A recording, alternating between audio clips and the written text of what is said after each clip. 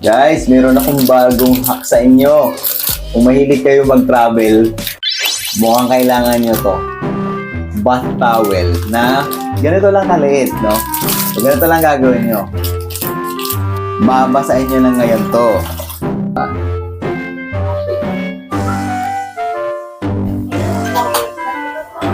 Ayan na, oh.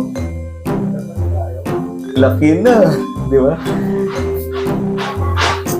Ayan na, meron ka ng bath towel. Grabe, oh. Yan ang on the go pang emergency mo pagka magta-travel ka. At gusto mo light pack lang, wala ka masyadong bulky na dala.